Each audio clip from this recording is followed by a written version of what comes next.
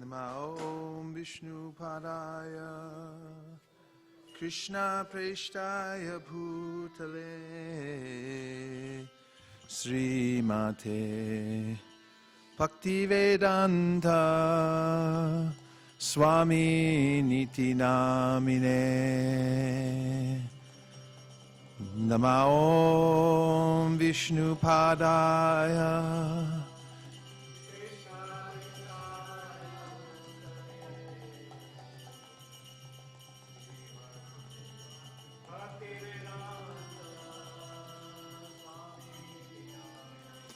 Namaste Saraswate Deve Gauravani Pracharine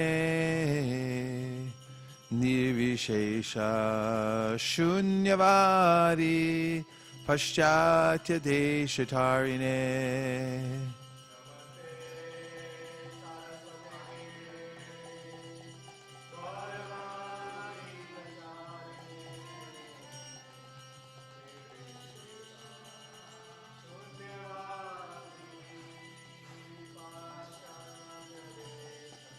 Jai Shri Krishna Chaitanya Prabhu Nityananda Shri Advaita Gadadhara Shivasadi Gaura Bhakta Vrinda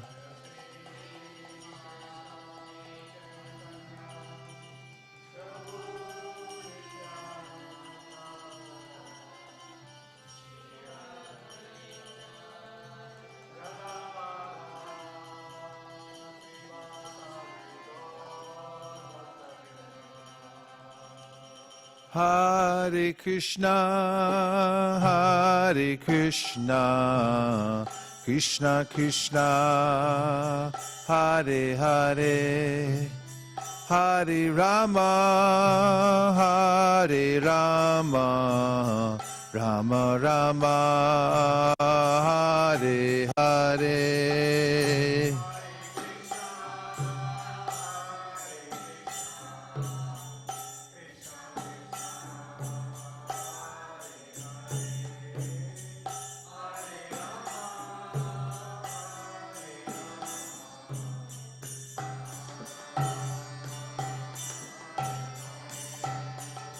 Hare Krishna, Hare Krishna, Krishna Krishna, Hare Hare, Hare Rama, Hare Rama, Rama Rama, Hare Hare.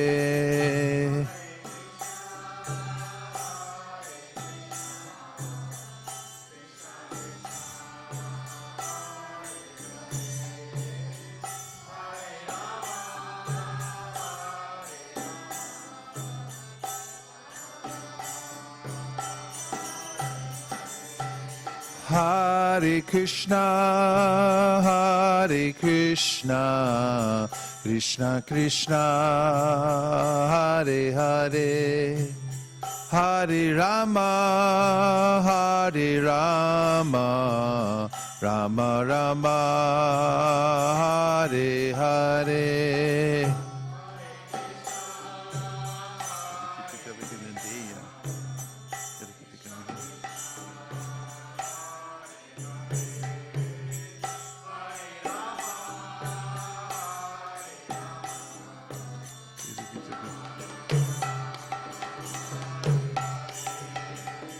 Hare Krishna, Hare Krishna, Krishna Krishna, Hare Hare, Hare Rama, Hare Rama, Rama Rama, Hare Hare.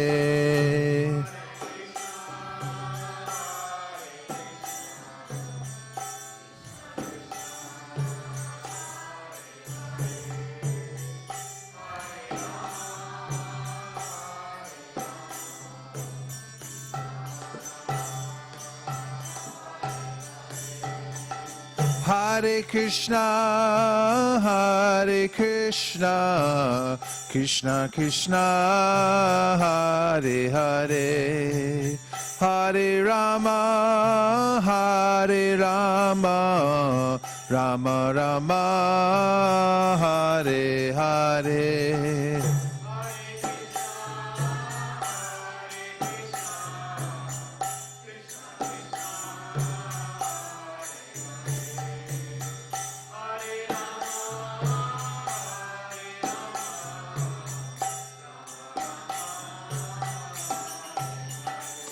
Hare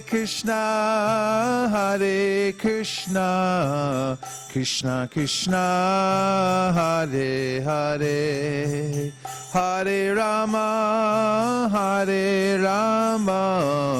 Rama Rama, Hare Hare.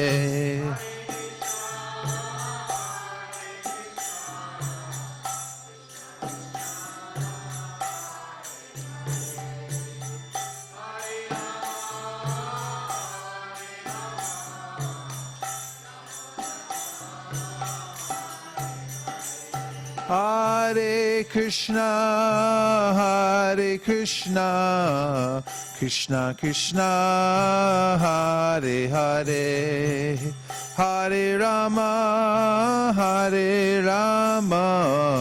Rama Rama, Hare Hare.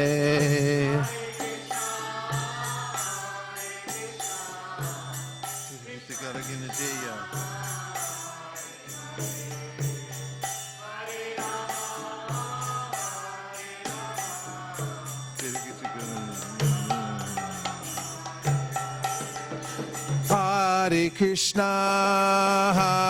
Krishna, Krishna Krishna, Hare Hare, Hare Rama, Rama Rama, Hare Hare.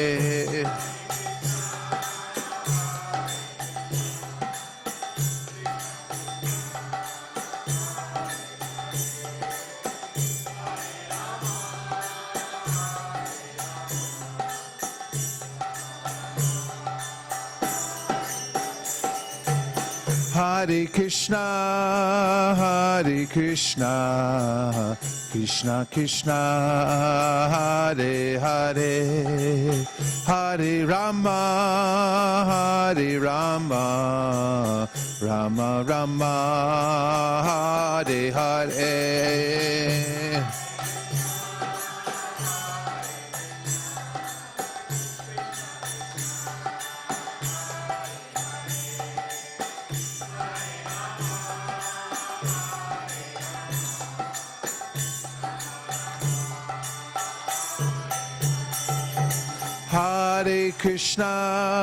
Hare Krishna, Krishna Krishna, Hare Hare, Hare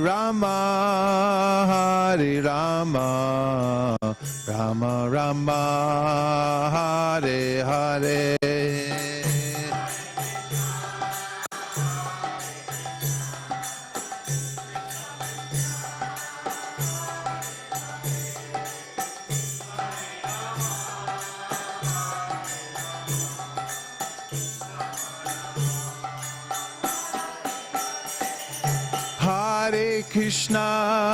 Hare Krishna, Krishna Krishna, Hare Hare, Hare Rama,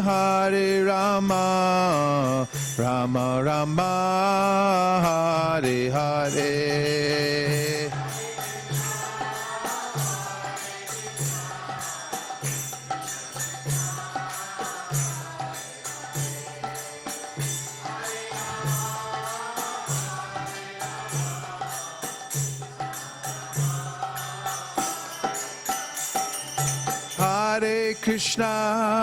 Hare Krishna, Krishna Krishna Hare Hare Hare Rama Rama Rama Hare Hare.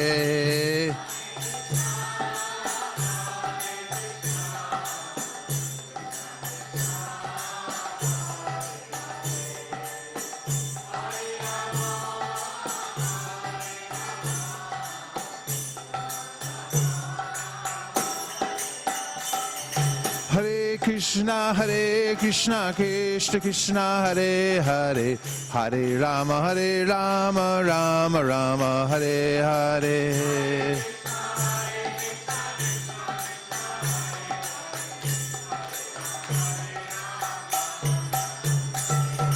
Hare Krishna Krishna Krishna Hare Hare Hare Rama Rama Rama Hare Hare.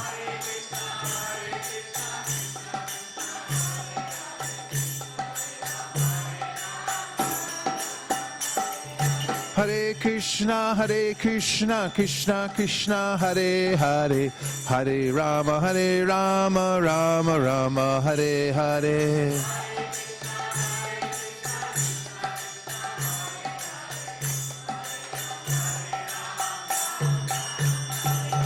Hare Krishna Krishna Krishna Hare Hare Hare Rama Rama Rama Hare Hare.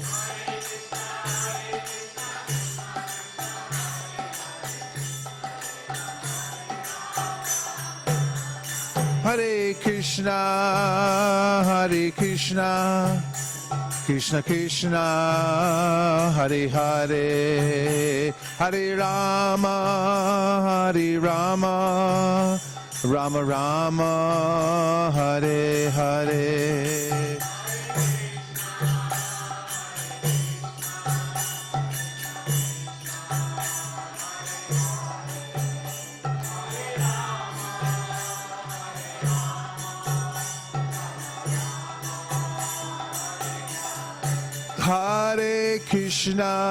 Hare Krishna Krishna Krishna Hare Hare Hare Rama Rama Rama Hare Hare.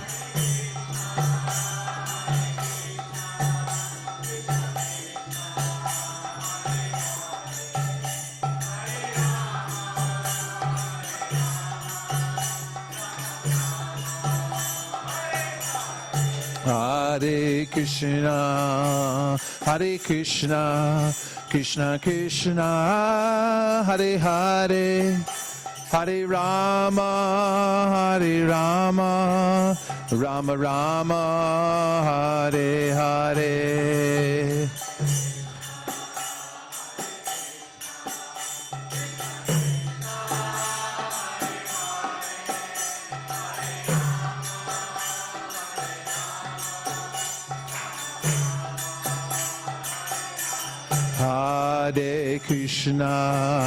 Hare Krishna Krishna Krishna Hare Hare Hare Rama Rama Rama Hare Hare.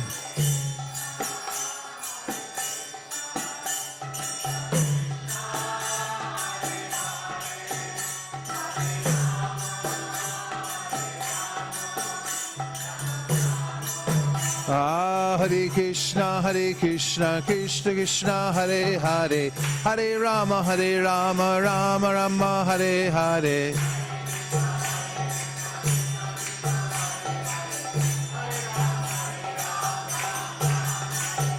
Hare Krishna Krishna Krishna Hare Hare Hare Rama Rama Rama Hare Hare.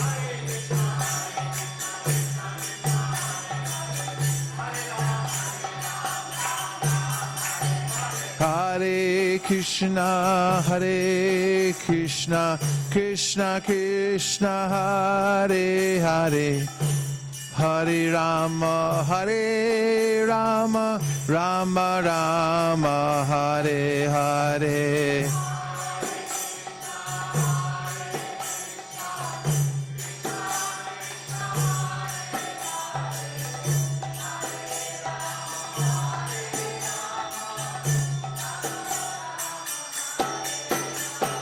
Hare Krishna, Krishna Krishna, Hare Hare, Hare Ram, Ram Ram, Hare Hare.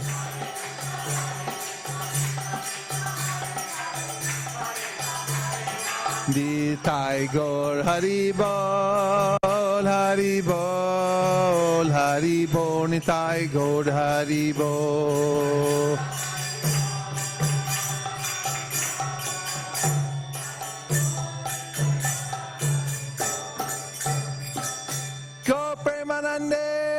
Shri Harinam Sankirtan Ki, Shri Harinam Mantra Ki, Shri Harinam Prabhu Ki, Go Premanande, Nitai Gaura Hari, Hari Bol, Nitai Gaura Hari Bol.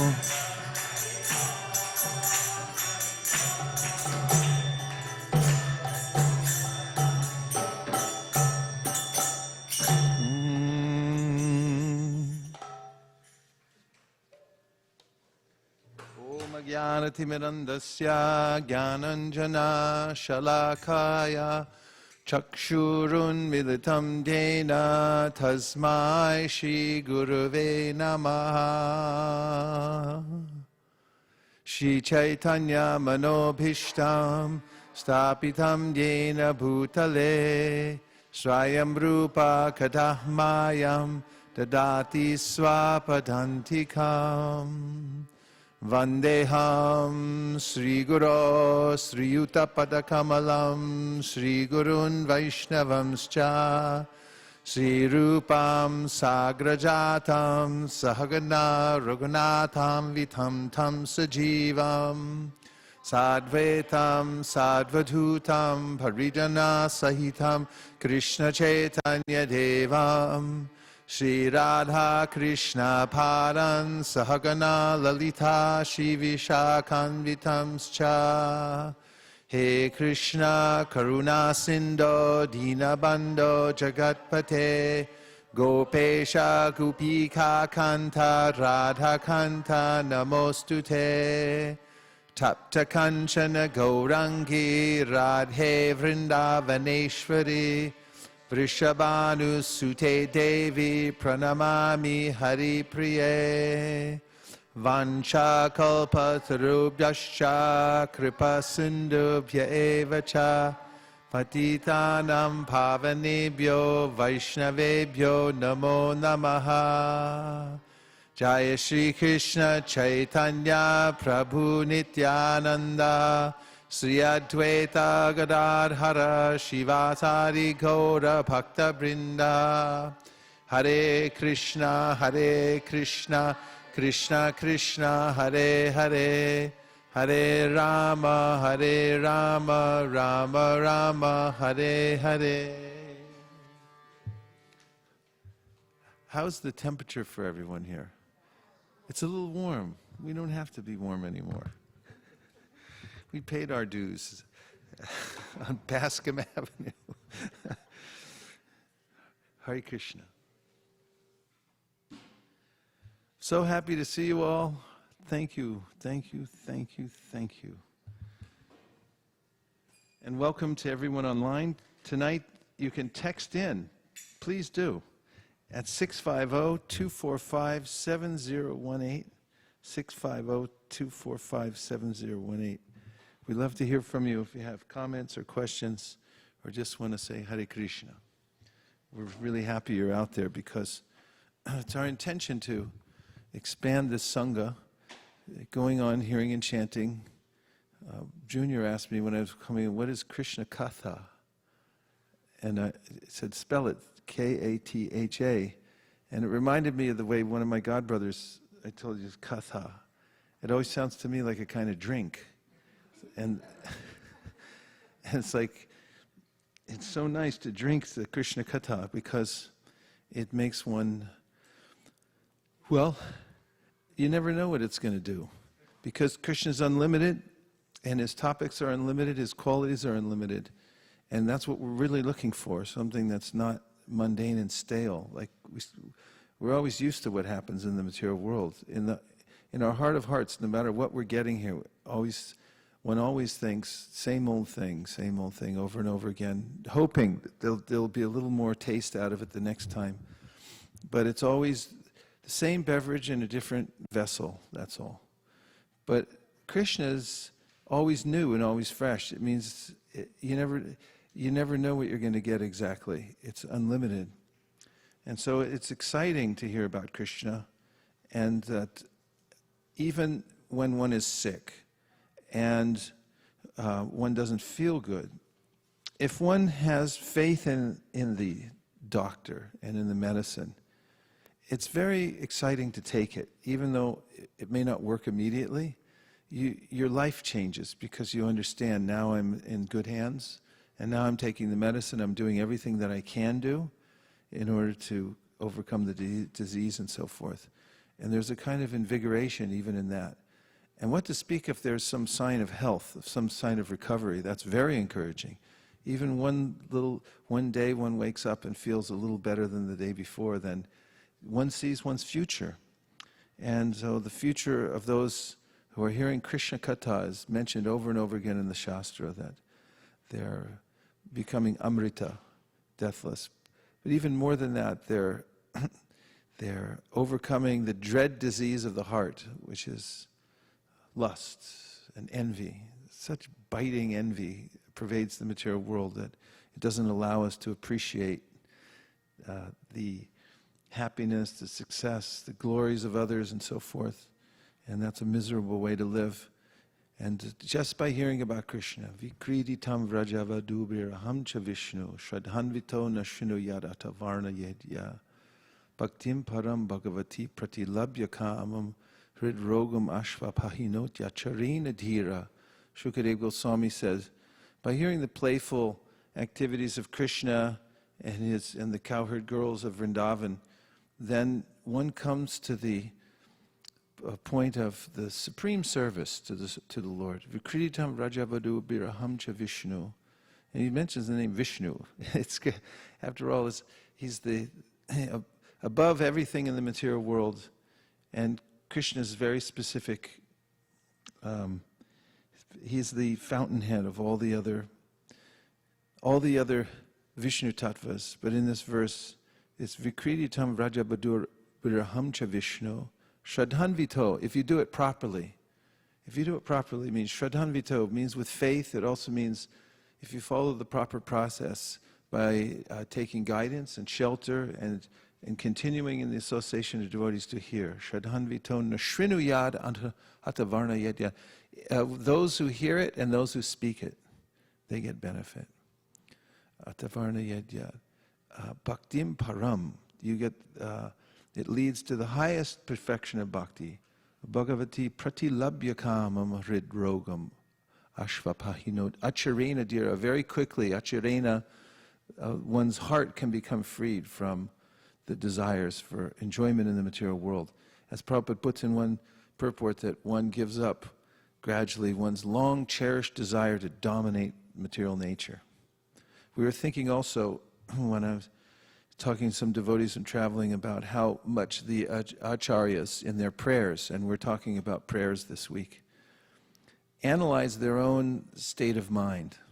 Take time to look at their own state of mind. Bhaktivinoda Thakur, Raghunath Das Goswami, to name two, in their prayers talk about what is the state of my consciousness. Bhaktivinoda's looking, and he's analyzing, of course, for our own benefit, the state of consciousness of subtle attachment to the material world. He's not attached. He's a Paramahamsa. But he's an Acharya, and he's teaching us. And he talks about how I've wasted my life, how attached I am, how joyful I am when others suffer, how unhappy I am when others are successful, and so forth. And Raghunath Das Goswami is noticing the subtleties of pride and how that destroys his ability to be a humble servant of Krishna. And by becoming aware of them and praying to Krishna, please remove these obstacles, then one very consciously moves forward on the path of devotional service. And also, by hearing over and over again about Krishna and his pastimes, this verse says, the one I was just reciting, that like medicine, the heart is cured. So today we have the honor, pleasure of reading from the prayers of Prahlad Maharaj in the 7th canto of the Srimad Bhagavatam, 9th chapter. We are going to have some readings, but tonight we're starting off with looking at the prayers.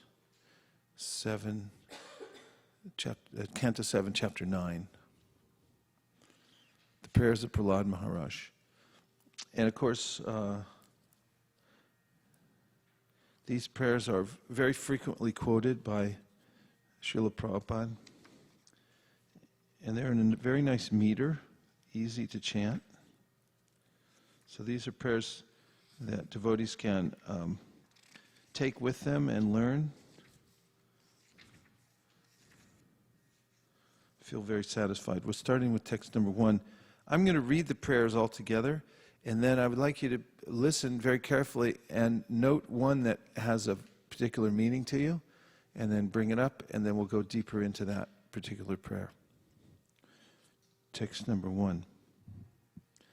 The great saint Narada Muni continued, "The demigods headed by Lord Brahma, Lord Shiva, and other great demigods dared not come forward before the Lord, who at that time was extremely angry. The goddess of fortune, Lakshmi Ji, was requested to go before the Lord by all the demigods present, who because of fear could not do so.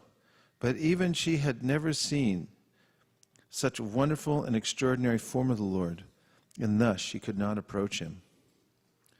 Thereafter, Lord Brahma requested Prahlad Maharaj, who was standing very near him, 'My dear son, Lord Nrsingadev is extremely angry at your demoniac father. Please go forward and appease the Lord.' Narada Muni continued, 'O king, although the exalted devotee Prahlad Maharaj was only a little boy, he accepted Lord Brahma's words. He gradually proceeded toward Lord Nrsingadev and fell down to offer his respectful obeisances with folded hands. When Lord Nrsingadev saw the small boy Prahlad Maharaj prostrated at the soles of his lotus feet, he became most ecstatic in affection toward his devotee. Raising Prahlad, the Lord placed his lotus hand upon the boy's head because his hand is always ready to create fearlessness in all of his devotees. By the touch of Lord Nrsingadev's hand on Prahlad Maharaj's head, Prahlad was completely freed of all material contaminations and desires, as if he had been thoroughly cleansed. Therefore, he at once became transcendentally situated, and all the symptoms of ecstasy became manifest in his body. His heart filled with love, and his eyes with tears, and thus he was able to completely capture the lotus feet of the Lord within the core of his heart. Prahlad Maharaj fixed his mind and sight upon Lord Nrsingadev with full attention in complete trance. With a fixed mind, he began to offer prayers in love with a faltering voice. Prahlad Maharaj prayed, "How is it possible for me, who have been born in a family of asuras, to offer suitable prayers to satisfy the Supreme Personality of Godhead? Even until now, all the demigods headed by Lord Brahma and all the saintly persons could not satisfy the Lord by streams of excellent words, although such persons are very qualified, being in the mode of goodness. Then what is to be said of me? I am not at all qualified." Prahlad Maharaj continued, "One may possess wealth, an aristocratic family, beauty, austerity, education, sensory expertise, luster, influence, physical strength, diligence, intelligence, and mystic yogic power. But I think that even by all these qualifications, one cannot satisfy the Supreme Personality of Godhead. However, one can satisfy the Lord simply by devotional service. Gajendra did this, and thus the Lord was satisfied with him. If a Brahmana has all 12 of the Brahminical qualifications as they are stated in the book called Sanat Sujata, but is not as a devotee and is averse to the lotus feet of the Lord, he is certainly lower than a devotee who is a dog-eater, but who has dedicated everything, mind, words, activities, wealth, and life, to the Supreme Lord. Such a devotee is better than such a brahmana, because the devotee can purify his whole family, whereas the so-called brahmana, in a position of false prestige, cannot purify even himself. The Supreme Lord, the Supreme Personality of Godhead, is always fully satisfied in himself. Therefore, when something is offered to him, the offering by the Lord's mercy is for the benefit of the devotee, for the Lord does not need service from anyone. To give an example, if one's face is decorated, the reflection of one's face in a mirror is also seen to be decorated. Therefore, although I was born in a demoniac family, I may without a doubt offer prayers to the Lord with full endeavor as far as my intelligence allows. Anyone who has been forced by ignorance to enter the material world may be purified of material life if he offers prayers to the Lord and hears the Lord's glories. O my Lord, all the demigods headed by Lord Brahma are sincere servants of your lordship, who are situated in a transcendental position. Therefore, they are not like us, Prahlad and his father, the demon Hiranyakashipu. Your appearance in this fearsome form is your pastime for your own pleasure. Such an incarnation is always meant for the protection and improvement of the universe. My dear Lord Nrsingadev, please therefore cease your anger now that my father, the great demon Hiranyakashipu, has been killed. Since even saintly persons take pleasure in the killing of a scorpion or a snake, all the worlds have achieved great satisfaction because of the death of this demon. Now they are confident of their happiness, and they will always remember your auspicious incarnation in order to be free from fear. My Lord, who are never conquered by anyone, I am certainly not afraid of your ferocious mouth and tongue, your eyes bright like the sun, or your frowning eyebrows. I do not fear your sharp pinching teeth, your garland of intestines, your mane soaked with blood, or your high wedge-like ears. Nor do I fear your tumultuous roaring, which makes elephants flee to distant places, or your nails, which are meant to kill your enemies. O most powerful, insurmountable Lord, who are kind to the fallen souls, I have been put into the association of demons as a result of my activities, and therefore I am very much afraid of my condition of life within this material world. When will that moment come when you will call me to the shelter of your lotus feet, which are the ultimate goal for liberation from conditioned life? O Great One, O Supreme Lord, because of combinations with pleasing and displeasing circumstances, and because of separation from them, one is placed in a most regrettable position within heavenly or hellish planets, as if burning in a fire of lamentation. Although there are many remedies by which to get out of miserable life, any such remedies in the material world are more miserable than the miseries themselves. Therefore, I think that the only remedy is to engage in your service. Kindly instruct me in such service. My dear Lord Nrsingadev, by engaging in your transcendental loving service in the association of devotees who are liberated souls, Hangsas, I shall become completely uncontaminated by the association of the three modes of material nature, and be able to chant the glories of your Lordship who are so dear to me. I shall chant your glories following exactly in the footsteps of Lord Brahma and his disciplic succession. In this way I shall undoubtedly be able to cross the ocean of nescience. My Lord Nrsingadev, O Supreme, because of a bodily conception of life, embodied souls neglected and not cared for by you cannot do anything for their betterment. Whatever remedies they accept, although perhaps temporarily beneficial, are certainly impermanent. For example, a father and mother cannot protect a child. A physician and medicine cannot relieve a suffering patient, and a boat on the ocean cannot protect a drowning man. My dear Lord, everyone in this material world is under the modes of material nature, being influenced by goodness, passion, and ignorance. Everyone from the greatest personality, Lord Brahma, down to the small ant, works under the influence of these modes. Therefore, everyone in this material world is influenced by your energy. The cause for which they work, the place where they work, the time when they work, the matter due to which they work, and the goal of life they have considered final, and the process for obtaining this goal, all are nothing but manifestations of your energy. Indeed, since the energy and the energetic are identical, all of them are but manifestations of you.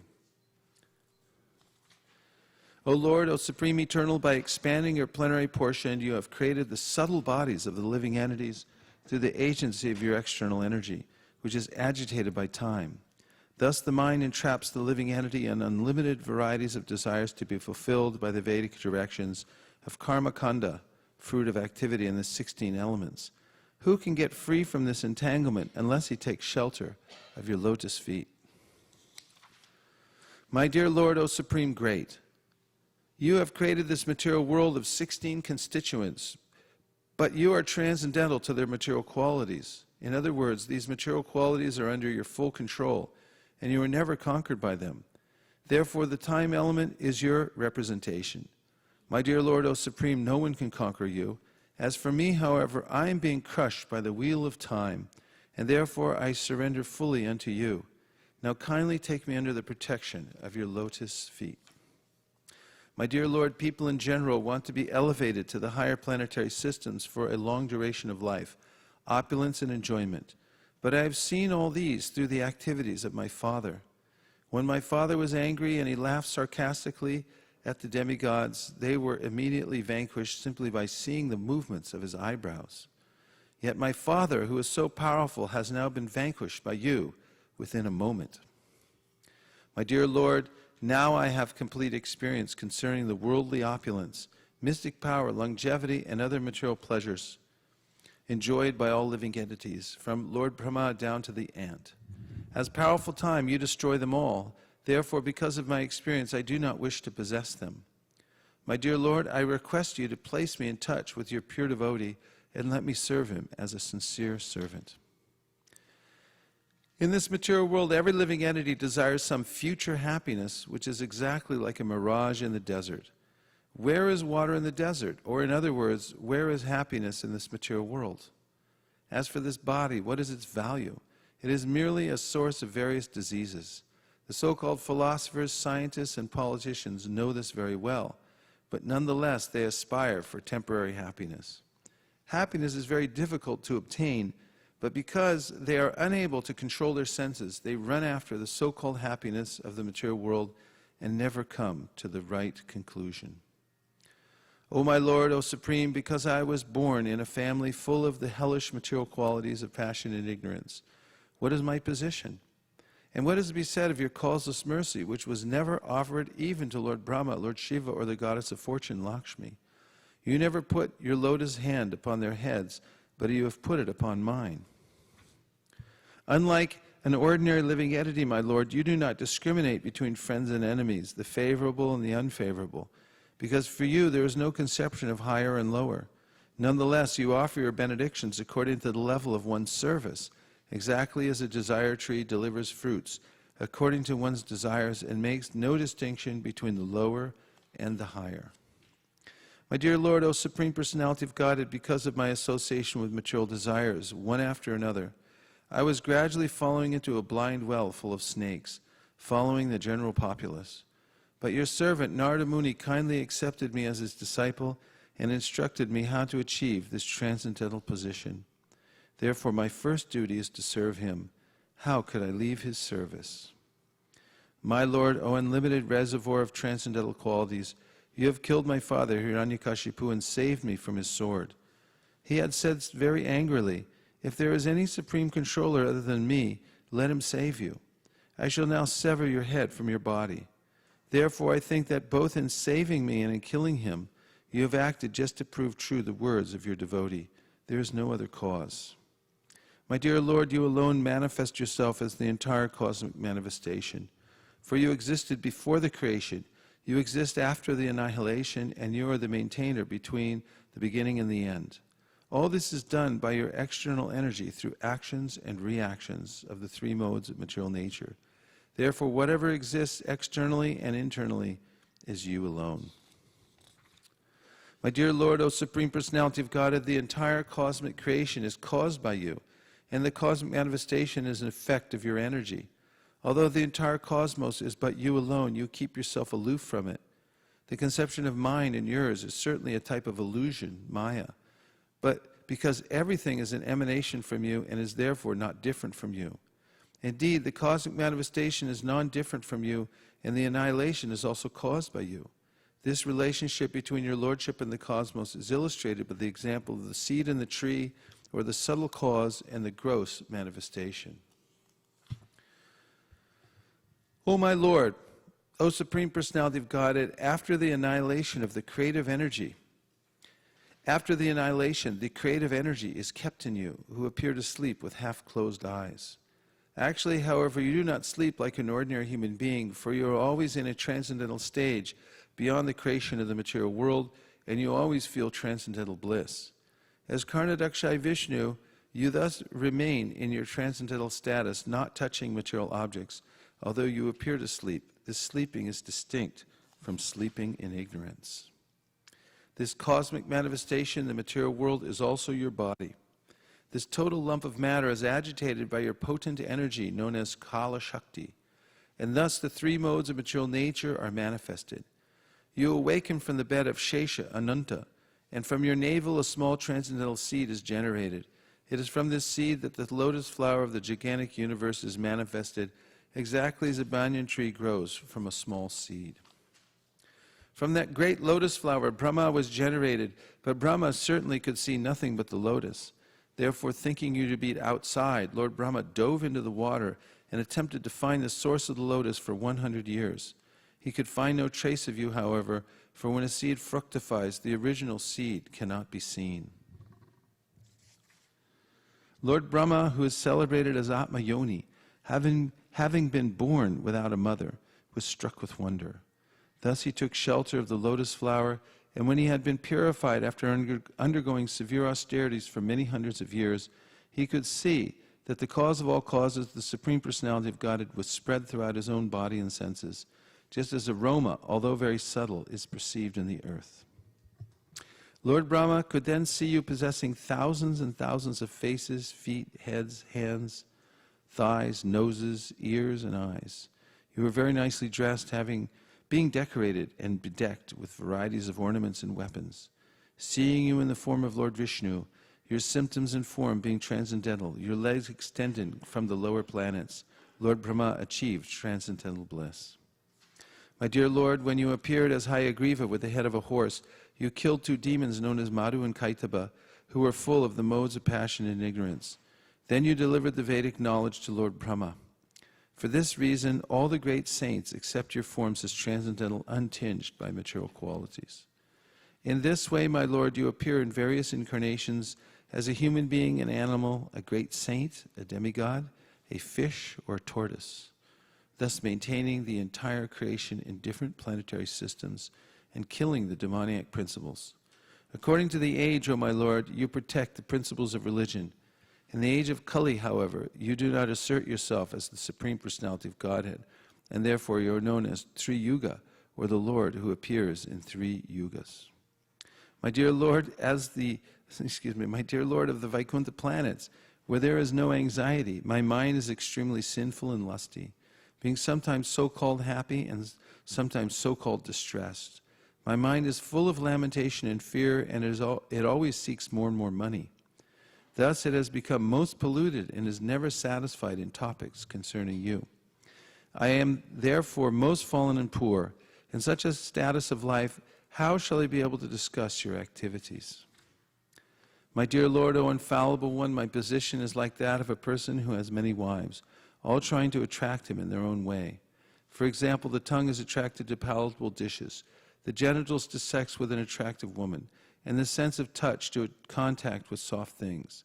The belly, although filled, still wants to eat more, and the ear, not attempting to hear about you, is generally attracted to cinema songs. The sense of smell is attracted to yet another side. The restless eyes are attracted to scenes of sense gratification, and the active senses are attracted elsewhere. In this way, I am certainly embarrassed. My dear Lord, you are always transcendentally situated on the other side of the river of death. But because of the reactions of our own activities, we are suffering on this side. Indeed, we have fallen into this river and are repeatedly suffering the pains of birth and death and eating horrible things. Now kindly look upon us, not only upon me, but also upon all others who are suffering, and by your causeless mercy and compassion, deliver us and maintain us. O my Lord, O Supreme Personality of Godhead, original spiritual master of the entire world, What is the difficulty for you who manage the affairs of the universe and delivering the fallen souls engaged in your devotional service? You are the friend of all suffering humanity, and for great personalities, it is necessary to show mercy to the foolish. Therefore, I think that you will show your causeless mercy to persons like us who engage in your service. O best of the great personalities, I am not at all afraid of material existence. For wherever I stay, I am fully absorbed in thoughts of your glories and activities. My concern is only for the fools and rascals who are making elaborate plans for material happiness and maintaining their families, societies, and countries. I am simply concerned with love for them.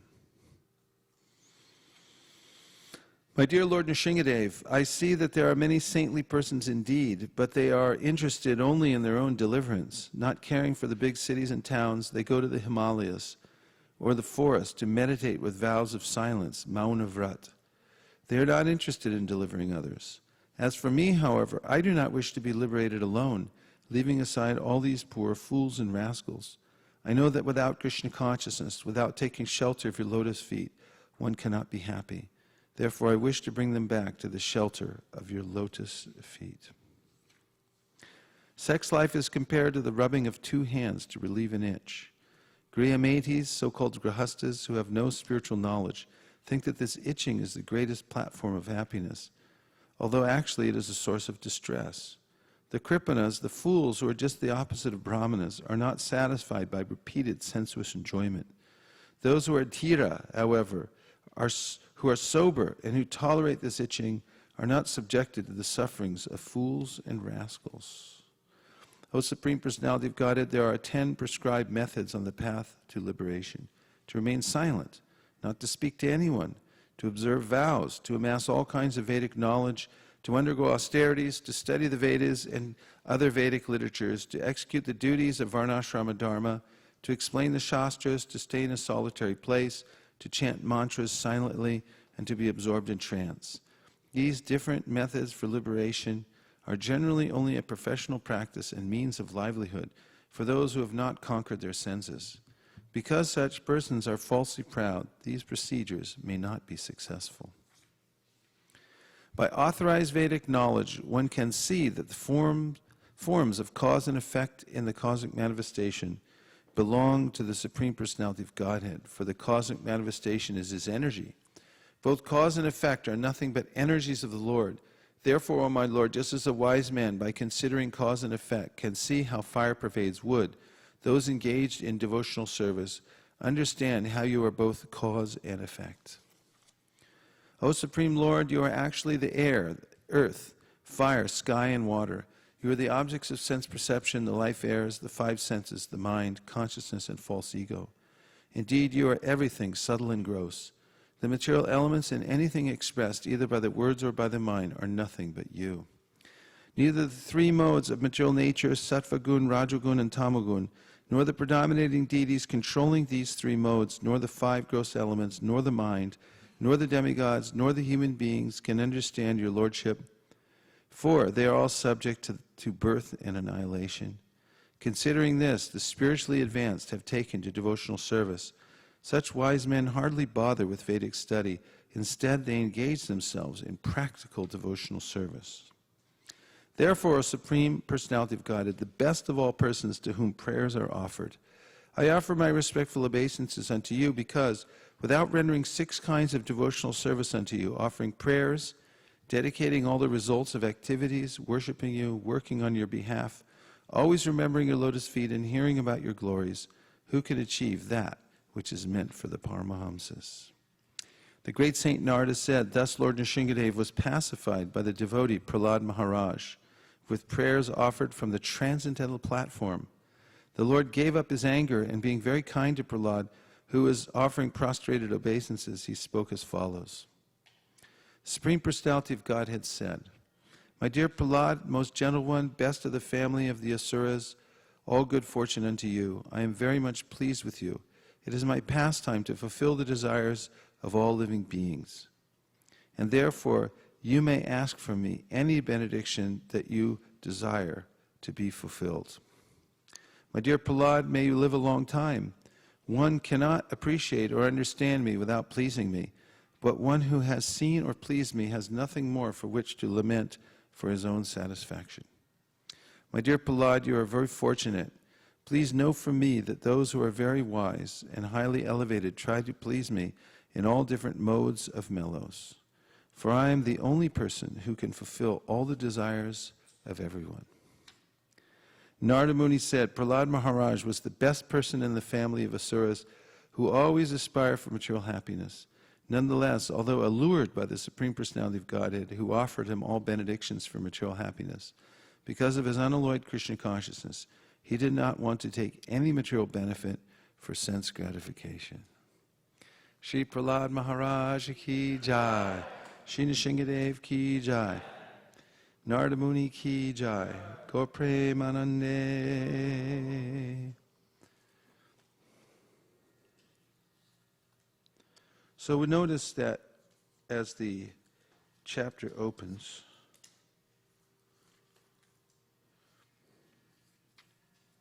that it's Narada Muni describing, and all the demigods had tried to pacify Lord Nrsingadev and were unsuccessful. Even Lakshmiji, who didn't recognize her husband, was a little bit afraid of the situation. And therefore, out of a sense of desperation, they pushed forward Prahlad Maharaj and asked him to pray.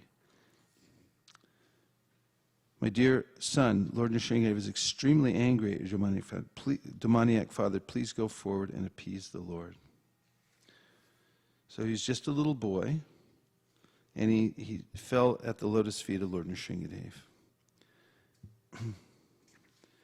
Then this verse number 7 says, Astaushid dharame kagra manasa susamahitaha prema gadgadaya vacha tanyasya hridayekshanaha. So this is a very significant preamble to all the prayers. Ashtaushit, he began to offer prayers. Ashtaushit. Harim, under the Supreme Personality of Godhead. Ekagra manasa, the mind being completely fixed on the lotus feet of the Lord. We find a verse in the first canto, second chapter of the Srimad Bhagavatam that says, with one pointed attention. Go ahead, Shrana. Tasmadeke namanasa Bhagavan Satvatam Pati Shrotavya Krititavyascha Dheya Pujasya Nityada. So this means that one should, with one pointed attention, worship the Lord. So this is an important aspect of offering prayers. If I'm thinking of something else, or if I'm saying them with out of focused mind and heart, then they would not be so effective. We find sometimes that in the most dire situations, when we're afraid or we realize our foolishness suddenly by being chastised, or we make a huge mistake and we feel like we've lost everything, and 2 seconds before I was thinking that I was such a smart person, then I realize I lost everything. So there are so many ways in which suddenly one can become sober and fixed, and feeling a necessity to call out to the Lord. And in any case, one should be fixed like this. Ekagra manasa, tasmad ekena manasa, bhagavan sattvatam pati, shrotavya kirtitavyasya, dhyeya puja chandityada.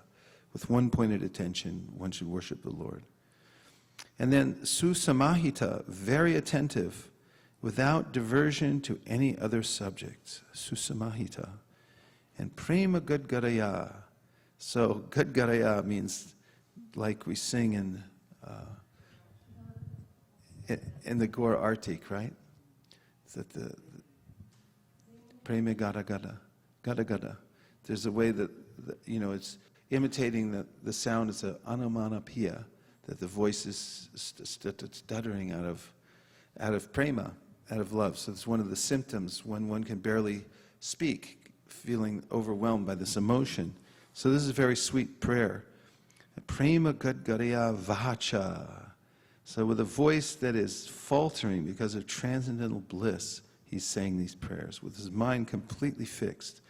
And this is a result of one who has what we call integrity in solitude. IIS. Integrity in solitude means that my practice goes on whether people are watching or whether the weather is hot or the weather is cold, doesn't matter. This is how one develops this mood when one comes before the Lord, because he knows that the Lord knows that one has served without faltering. And the Lord knows also that the devotee knows. And so there's this very powerful connection. If one is very true to one's vows, when one comes before the deity, then there's a powerful reciprocation. And one can therefore offer prayers with full mind and attention. This is not something that one can suddenly muster, although it is always possible. But for those who are constantly engaged in devotional service, this comes as a natural outpouring of feeling between the Lord and the devotee. Prema Gadgarya Vacha, Tad Nyasta, being fully dedicated to him, Lord Nrsingadev. Tat Nyasta. Hridaya Ikshana, with heart and sight. Hridaya Ikshana, with his heart and sight. So you get the impression from this first verse how Prahlad Maharaj is offering prayers. This is the right mood to chant the Hare Krishna Mahamantra. With mind completely fixed, one dedicated, confirmed. That was really nice music for this heartfelt appeal that, that one is fully giving one's heart and mind, in the prayer. And the faltering voice. So Prahlad Maharaj fixed his mind and sight upon Lord Nrsingadev with full attention in complete trance. With a fixed mind, he began to offer prayers in love with a faltering voice. Purport.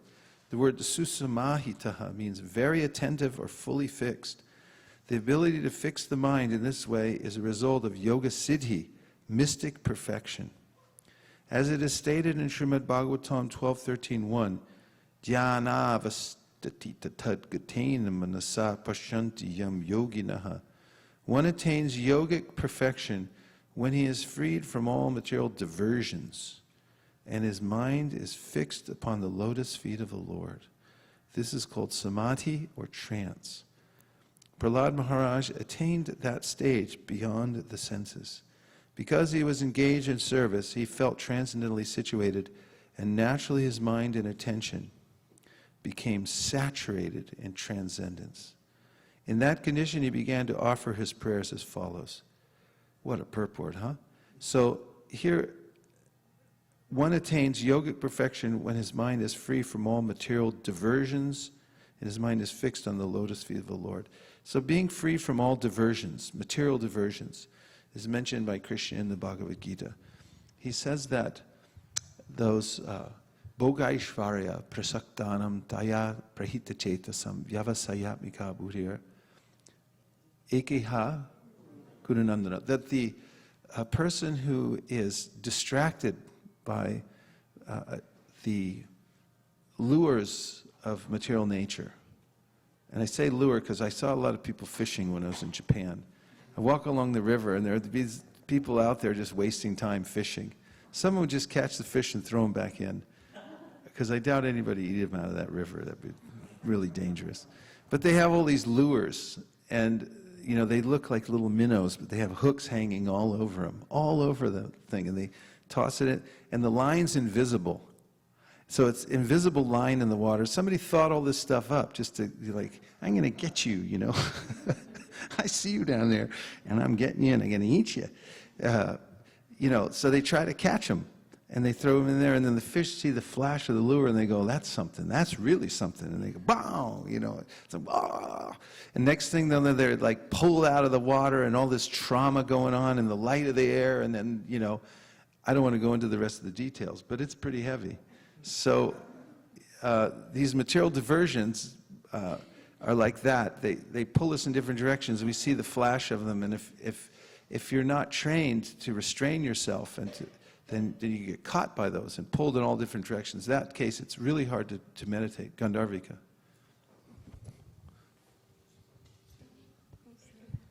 Prabhuji, when Devamrita Swami came, he also talked about the weapons of mass distraction. So even though we try to be, Giriraj Maharaj the other day, he was saying he asked one of his disciples to find something which would take 5 minutes. But he didn't come even after 30 minutes, and he went there and he saw that he was going all over the places in the internet. So he was saying how one should be very focused, because those are the weapons of mass destruction. So how do we really attain this stage when there is so much diversions? Well, you have to have your goal. Like it's in this verse, the devotee's goal is Krishna. He's meditating. Dhyanavastita tadgatena. He knows where he's going, what the goal is, and therefore he can't be waylaid. When you're fixed on a certain goal, you're going from here to here, then in between you can forego many things because you have your mind fixed on the goal. So when we lose sight of that, then we can become distracted by many other things. Because today technology is so easy, because in olden days, even we are reading Bhagavatam, but we hear some fancy things, we feel like, oh, I should have maybe that one. And it's just one click away and you go and search for those things. So it's so like, and then you realize after so many hours so time is wasted. So how does one, like at that provoking situation, how do we remain attentive and focused? You mean being on the internet? Yeah, that's our job, actually. Well, one thing is you can take a vow not to go outside certain boundaries when you're on the internet, knowing that it'll allure you in different ways. Instead of restricting, you can either restrict altogether and not go on, then you might be a little out of touch. Or you can say that, decide ahead of time what your parameters are, and then enforce it. Because a yogi is one who is able to act according to his or her plan. So you make a plan to say, I only visit Dandavats and I only visit, or if I'm looking at Facebook, I'll only check and see if somebody sent me a thing. But you better be real careful. If you know you can't do it, better to, not go there at all. And just decide ahead of time, these are the places where I can go. And then, practice that little victories. Because the mind says, let's just go check this out. Let's watch that little thing. And then just make a little victory and say, let's do something else instead. And set it up ahead of time. Like, have something else to do. Like, if you have your chapter to chant, divert your mind to that. Because you'll get a higher taste from doing that rather than mindless activity, something you weren't planning on doing. And it really helps to have a clear goal of what you're going to finish every day. As Sankhya Purvakana Magananatibi Kalavasani Krito. The Goswamis, they counted everything and they kept engaged in finishing what they were going to do. And that really, if you noticed here at ISV, the years, decades are actually ticking by. Those of you who have been here since the beginning. And really we go from one festival to the next, just focused on what's the next goal. We've got to finish our goal. And we'll just keep doing that until we drop off. And that's how you get out of the material world. You got to fix yourself on a goal, and if you have to, do interim goals and just like get to this one, get to this one, get to this one, and know that each one, it keeps you going. You got to have a spiritual goal to make up for all these other attractions and distractions in the material world. Frame or be framed. That's what Guy Kawasaki says in his book Art of the Start. So you got to frame what your life is before someone else frames it for you. They'll say, here's what you guys are. It's like, we already know what we are. Here's what we do. So in yoga, you have to decide, who am I? What's my frame every day? You decide for yourself what your frame is. Don't let some other bozo decide for you. Because they're all fishing for you. They got their lures out. They're going, we're going to catch one of those guys. And they're going to click on this thing, and next thing you know, we're going to catch them.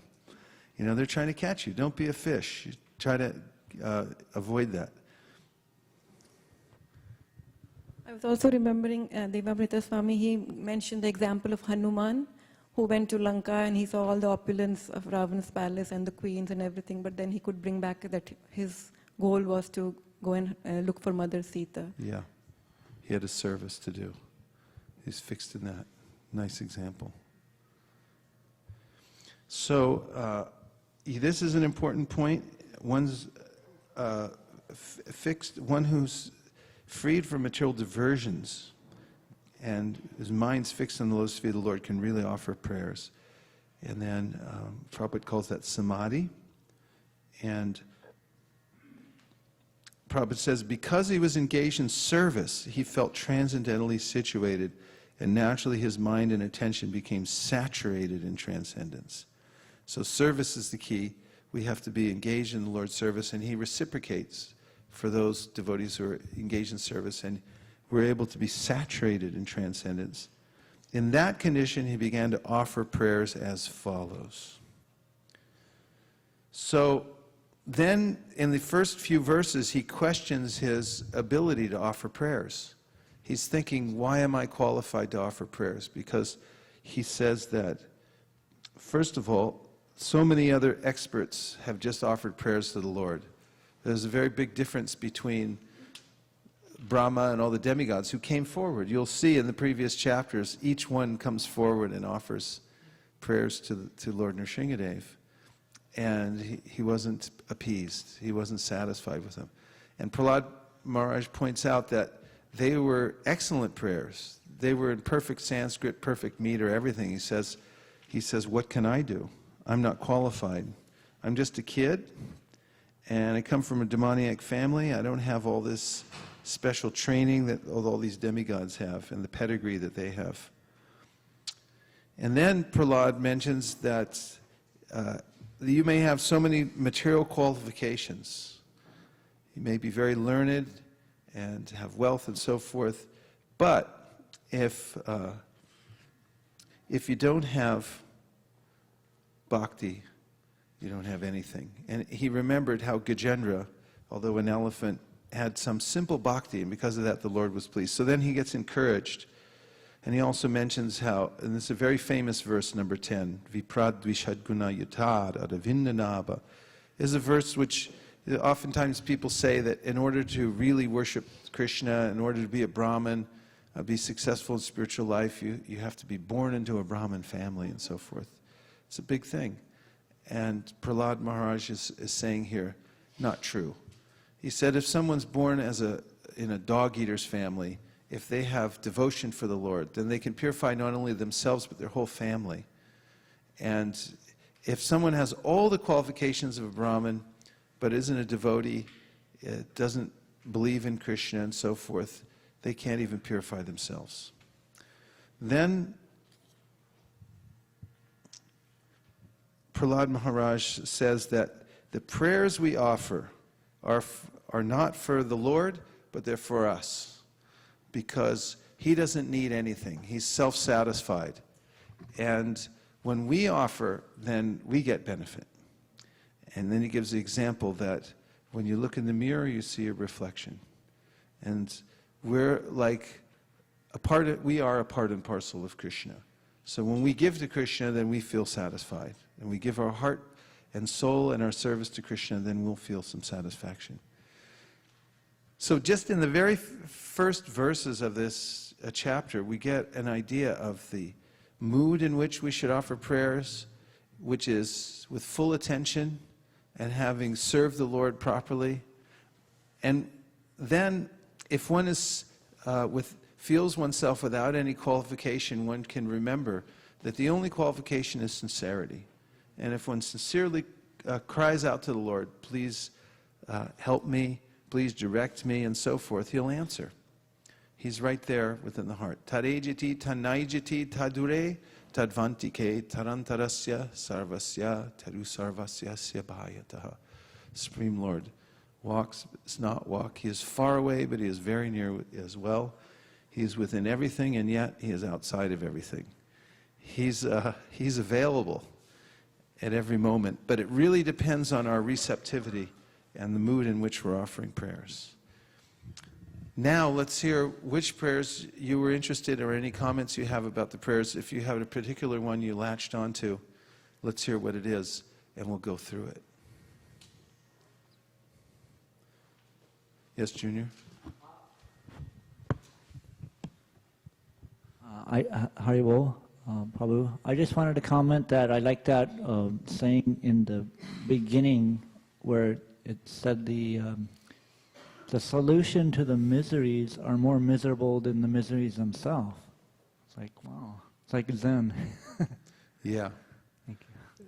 Prahlad is giving a lot of philosophy in the prayers also. And it's amazing too because he's a 5-year-old boy. And it just shows how transcendental knowledge transcends any kind of situation. Where's Sri Ram? Hare Krishna. Oh, here he is. Let's please welcome, if you haven't already, Sri Ram Prabhu. Haribol. So nice to see you. Thank you for coming. Hare Krishna. Prabhuji, The miseries are more, the cure is worse than the disease itself, you know, trying to cure the disease. We see this over and over again. The worst place to go when you're sick, no, I hate to say this, but it's the hospital. Because so many people end up worse off or dying in the hospital because of infection these days. It's the most contaminated place anywhere, and there are superbugs that live in there. Because there's so many antibiotics used in the hospital that you oftentimes there are unintended consequences in the cure. It's very, very difficult. Yes, who else had their hand up? so Prabhuji, one quick point was like how he's thinking about his disqualification, but around 12th verse, he's like considering his qualification, and he says that Gajendra did it, so I can do it. So from this, we can understand like a devotee, like though they feel humble, but still he comes up and does a great job of offering such a nice prayer to the Lord, and that's very inspiring. It is. It's really important, the point you just made. And I'd like to read the purport to this about Gajendra. The purport at number 9. No kind of material qualification is the means for satisfying the Supreme Personality of Godhead. As stated in Bhagavad Gita, only by devotional service can the Lord be known. Bhaktyamam abhijanati. Unless the Lord is pleased by the service of a devotee, the Lord does not reveal himself. Naham prakasha sarvasya yogamaya samavrataha. This is the verdict of all Shastras. Neither by speculation nor by material qualifications can one understand or approach the Supreme Personality of Godhead. We know the story of how Lord Krishna was offered a huge feast by Duryodhana, but he didn't want to take it. It was a royal feast. But then he went to the house of his pure devotee, Vidura, said, you know, please feed me. And Vidura's wife was home. She wasn't prepared or anything like that. And you know, what do you have? Bananas. That's all I have, bananas. So she started peeling the bananas, and out of her kind of ecstasy of Krishna being there in excitement, she gave him the peels, and he ate them. Because that's what he's taking the love. He's not taking the substance itself. And therefore, in the Bhagavad Gita, Krishna says, Patram pushpam palam toyam yome bhaktya prayachati taraham bhakti paritam ashnami pariyatatmanaha. 3 times he says bhakti, bhakti, bhakti, bhakti. That's what I'm tasting, is the bhakti. And in the prayers, it's the same, that he's tasting that submission, that surrender of the devotee when he's offering prayers from his heart. It's the one thing, that's what Krishna wants from us, is that a mood of selfless surrender and love to him. Otherwise, everything else is insignificant. He doesn't need anything else. That's what one of the next prayers says. Krishna doesn't need anything else. He doesn't want anything else. The only thing that we have that's really valuable to him is when we turn our attention to him out of our own free will. Out of our own free will, we decide, I'm surrendering. I'm going to give my full attention and offer, something to the Lord. Yes, a text.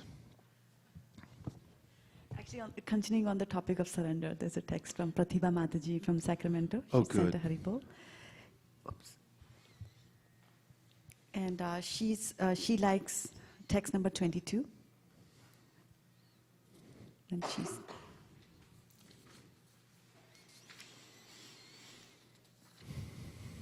A wise choice. And she is, and she's quoting from there, I'm being crushed by the wheel of time, and therefore I surrender fully unto you. What I really liked is what respite we have in this world of dualities except surrendering to the Lord. Right. Otherwise, through one's stubborn nature, oftentimes people are being crushed by the wheel of time. And Prabhupada gave the example once on a morning walk that people become so stubborn they won't give up even when they're being crushed or killed or whatever. So he said these two men were walking along by the side of the river, and they saw a piece of paper on the ground, and it had a bifurcation in it. So one of them said that was caused by some scissors, and the other one said, no, it was obviously made by a knife. And then they got a more and more argument over it, and then they ended up fighting, and then they ended up falling in the river. And the one that was arguing for the knife was stronger, so he grabbed the other one, he's pushing him under the water.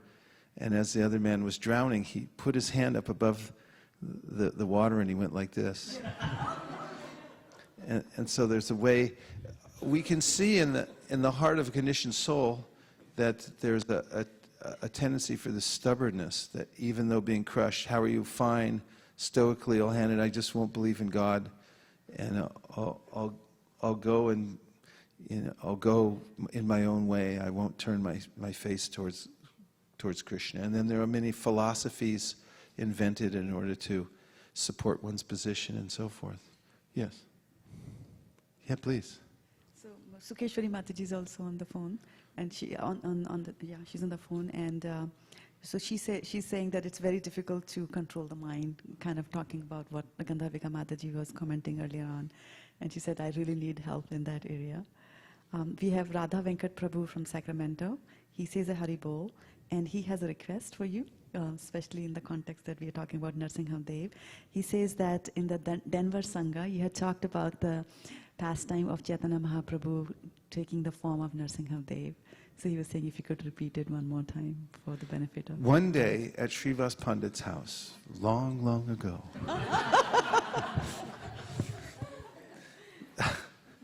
Srivas Pandit was a Pandit. He knew all the shlokas. And this is mentioned in the Chaitanya Bhagavat by Vrindavan Das Thakur, that the Vaishnavas are not without knowledge of all these shastras and all these procedures of how to do the Pancharatrik Vidhi. And that came up in the Mahaprakash, 21 hours when Lord Chaitanya revealed his supreme nature. And he sat on the altar and he gave benedictions and he accepted offerings. People brought him food from everywhere and he just ate everything. Gallons and gallons of Ganges water and milk and bananas, and he kept saying anything else, anything else. In any case, mention there how learned the Vaishnava devotees are, even though they mainly chant Hare Krishna. And one day, Srivas Thakur was chanting the Vishnu Sahasranam Stotram in his house. Yasya smarana matrena janma samsara bandhanat vimuchyate namastasmai Vishnave Prabha Vishnave namaha samasta bhutana mari bhutaya bhubrate aneka rupa rupaya Vishnave Prabha Vishnave Om Vishnam Vishnav Shatkaro Bhuta Bhavya Vava Prabhu Bhuta Bridbara Bhutbhavo Bhutatma Bhutabhavanaha Bhutatma Paramatma Cha Muktanam Paramakati, etc. It's such a beautiful prayer. Carry one's mind away. And Chaitanya Mahaprabhu was listening to this, and when Srivas Thakur came to the name of Lord Nrsingadev, suddenly Chaitanya Mahaprabhu assumed the form, the mood of Lord Nrsingadev, and he picked up a club and he ran into Navadvip to kill all the atheists. And people were running hither and thither all over the city to get away from him. And then he realized that he was creating fear in all these people. So he came back to Srivas's house, threw away the club, and he said, "This is an offense to cause fear in other living entities." And Srivas Thakur said that anyone who saw you at that time got the highest benediction just to see you. So, also, from hearing these prayers, the Vishnu Sahasranam, the Lord is affected by these. When he's listening, he hears these different names and becomes ecstatic. And even as in this pastime, Chaitanya Mahaprabhu assumed that form. So there's a lot in these prayers about controlling the senses, this being crushed by the wheel of time, very nishpidyamanam upakarsha vibho prapanam, very poetic language, very stark about the situation in the material world Prahlad Maharaj is laying out for us as a little boy, but you can feel the sobriety in which he's speaking these verses. It's very medicinal to hear the logic behind these things. For instance, what Junior mentioned about how the cure is worse than the disease itself, and how we're being crushed by the wheel of time and so forth, and how difficult it is to control the senses. Yes, Mukharavind, and then Priya Kishori. Thank you very much, and welcome back to ISV. Thank you. I'm very happy to be here. We are also very happy, and continuing the same pastime in which, like, one of the very authentic verse that we quote, like how Chaitanya Mahaprabhu was the Channa avatar in the 38th verse, when Prahlad Maharaj says the Channa avatar Karu, and in the Lord is known as Three Yuga, and the Kali Yuga he doesn't take the direct incarnation, but he takes as a form of Channa avatar. So that Shall we look at the verse 38? Is it? 38, yeah.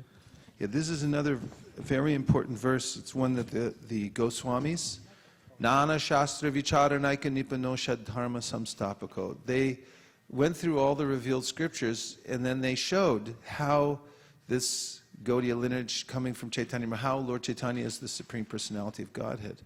So this has to be brought out by some experts, the Sunipana, those who are expert in the Shastra, and they're able to go through everything. And this is one of the verses that they've produced from the Srimad Bhagavatam, showing the incarnation of Chaitanya Mahaprabhu. 38. Itam retirya grishideva jashavatarer lokan vibhava yasihangsta jagat pratipan dharmam mahapurusha pas yuganavritam channa kalau yadababas triyugo tasatvam. In this way, my Lord, you appear in various incarnations as a human being, an animal, a great saint, a demigod, a fish, or a tortoise, thus maintaining the entire creation in different planetary systems and killing the demoniac principles. According to the age, O my Lord, you protect the principles of religion. In the age of Kali, however, you do not assert yourself as the Supreme Personality of Godhead, and therefore you are known as Tri Yuga, or the Lord who appears in 3 yugas. I don't know if you noticed, when I was reading this English, I just sort of, when I read this line, you do not assert yourself as the Supreme Personality of Godhead, I just sort of laughed a little bit, because I was appreciating how when you get translation and commentary from the Bhakti Vedanta, every word makes a difference. And he's saying, you do not assert yourself as the Supreme Personality. But someone else might say, you just don't appear in there's no incarnation in the Kali Yuga, but you don't assert yourself, meaning Chaitanya Mahaprabhu doesn't assert himself as the Supreme Personality of Godhead, although he is.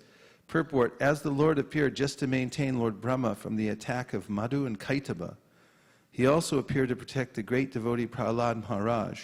Similarly, Lord Chaitanya appeared in order to protect the fallen souls of Kali Yuga. There are 4 yugas or millenniums, Satya, Trita, Dwapara, and Kali. In all the yugas but Kali Yuga, the Lord appears in various incarnations and asserts himself as the Supreme Personality of Godhead. But although Lord Sri Chaitanya Mahaprabhu, who appears in Kali Yuga as the Supreme Personality of Godhead, he never asserted himself as such. On the contrary, whenever Sri Chaitanya Mahaprabhu was addressed as being as good as Krishna, he blocked his ears with his hands, denying his identity with Krishna, because he was playing the part of a devotee. Lord Chaitanya knew that in Kali Yuga there would be many bogus incarnations pretending to be God, and therefore he avoided asserting himself as the Supreme Personality of Godhead. Lord Chaitanya Mahaprabhu was accepted as the Supreme Personality of Godhead, however, in many Vedic literatures, especially the Srimad Bhagavatam 11.5.32.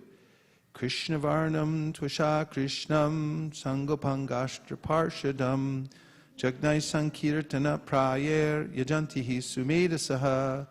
In Kali Yuga, intelligent men worship the Supreme Personality of Godhead in the form of Sri Chaitanya Mahaprabhu, who is always accompanied by his associates, such as Nityananda, Advaita, Gadadhar, and Srivas. The entire Krishna consciousness movement is based on the principles of the Sankirtan movement, inaugurated by Sri Chaitanya Mahaprabhu. Therefore, one who tries to understand the Supreme Personality of Godhead through the medium of the Sankirtan movement knows everything perfectly. He is Sumedas, a person with substantial intelligence. So this is one of the verses mined from all the Shastra by the Goswamis and presented to us to show how Sri Chaitanya Mahaprabhu is the Supreme Personality of Godhead. Because he doesn't assert himself in Kali Yuga. Damodar Prabhu, Hare Krishna.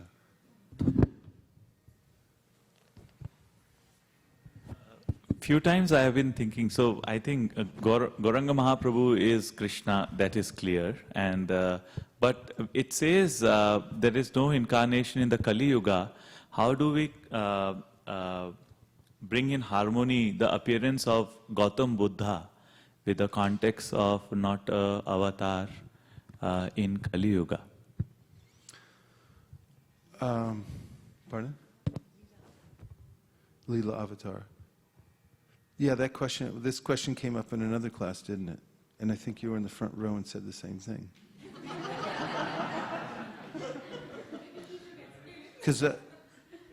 Because Leela Avatar, not Yuga Avatar.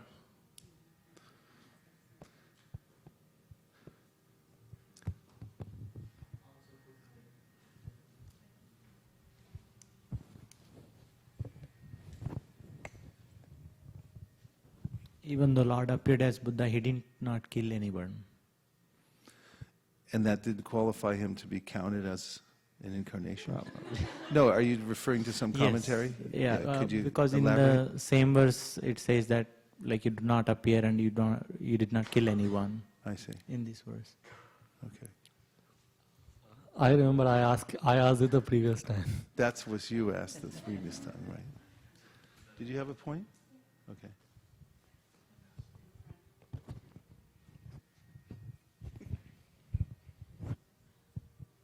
I really liked how in the translation it said, "I'm just concerned for these poor fools and rascals, and I with love for them, and I don't want to be liberated on my own. I want everybody to come be liberated with me." And Prabhupada uses the same word, poor fools and rascals, many, many times. So I like that.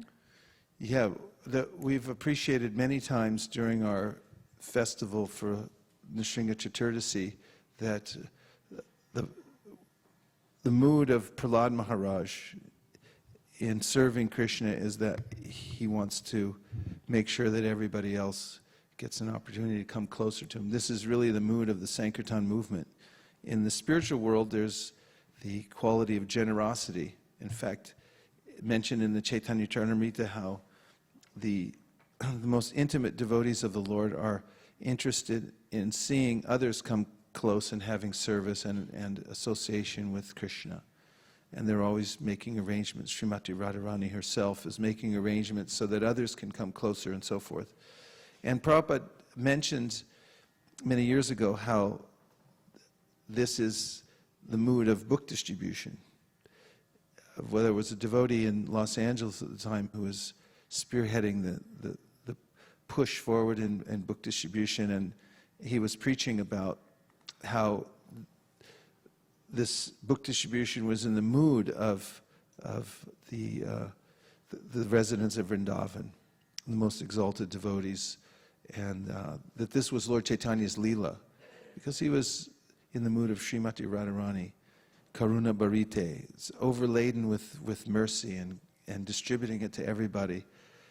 And somebody wrote to Prabhupada to clarify whether that was a little too esoteric or not. And Prabhupada said, no, this is the right understanding, that this book distribution is in the mood of, and Sankirtan is Lord Chaitanya's Leela in the mood of the gopis and so forth. And we see Prahlad Maharaj has this same mood of compassion, that he wants to save everybody and give everyone a chance. He's not satisfied just for himself. And Prabhupada was very much in that mood, that he came to the big cities and towns when somebody was, we had a center in Hong Kong and got closed down temporarily because there wasn't enough manpower there. It was a very difficult place. And the devotee came and told Prabhupada that, we had to close the center, and Prabhupada said, go back, open an office and sit and chant Hare Krishna. Keep it open and keep the vibration going in there. Because he didn't want to, he couldn't stand it for a second to know that that population wasn't getting exposed to the vibration of the spiritual world. And that's the preoccupation of the Goshtianandis and the preachers who are in the mood of Prahlad Maharaj. He really means that he couldn't go to the forest by himself and just try to relish this mood. And not only that, he said, those who do that may not be successful because they may become overcome by pride and think, I'm such a big yogi. I'm so advanced, I can sit here and just chant and so forth. And they may not be successful because of that. But those who painstakingly stay in the cities and practice Krishna consciousness, and at the same time go out to the cities and give out Krishna consciousness. I was looking out of the airplane window coming back into San Francisco, and I was thinking, everywhere I go, you look and see the same thing, all these development of houses and apartments everywhere, and what's everybody doing in there? We know, because we go door to door. I mean, this is what I was thinking. I was thinking the sewer systems for these things are huge.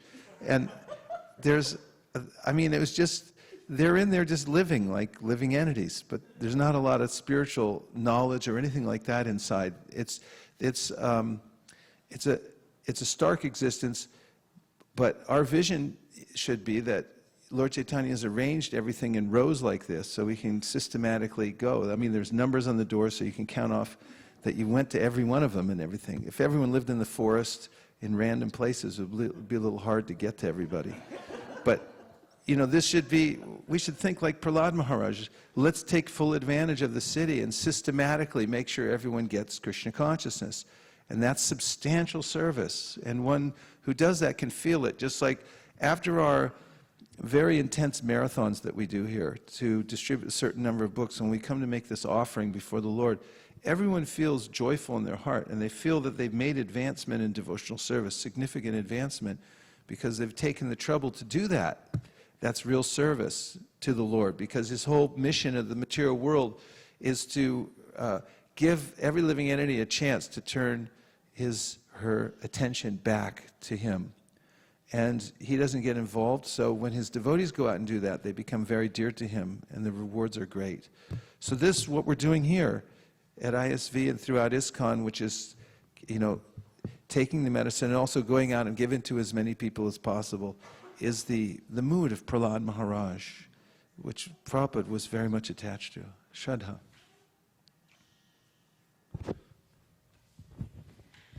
Maharaj, I have a question and a comment, both on the same verse. It's verse number 28. Okay. So there Prahlad Maharaj says that because of my association with material desires, I was gradually falling into a blind well full of snakes, but your servant Narad Muni accepted me as disciple. And then he says, therefore my first duty is to serve him. How could I leave his service? So I was very much impressed by his dedication to his spiritual master, that he just doesn't want to leave him. And my question is that why does Prahlad Maharaj say that because of my association with material desires I'm falling? Because when we hear about his lifetime, from his very childhood, he didn't seem to have material desires. He was like opposite of his father.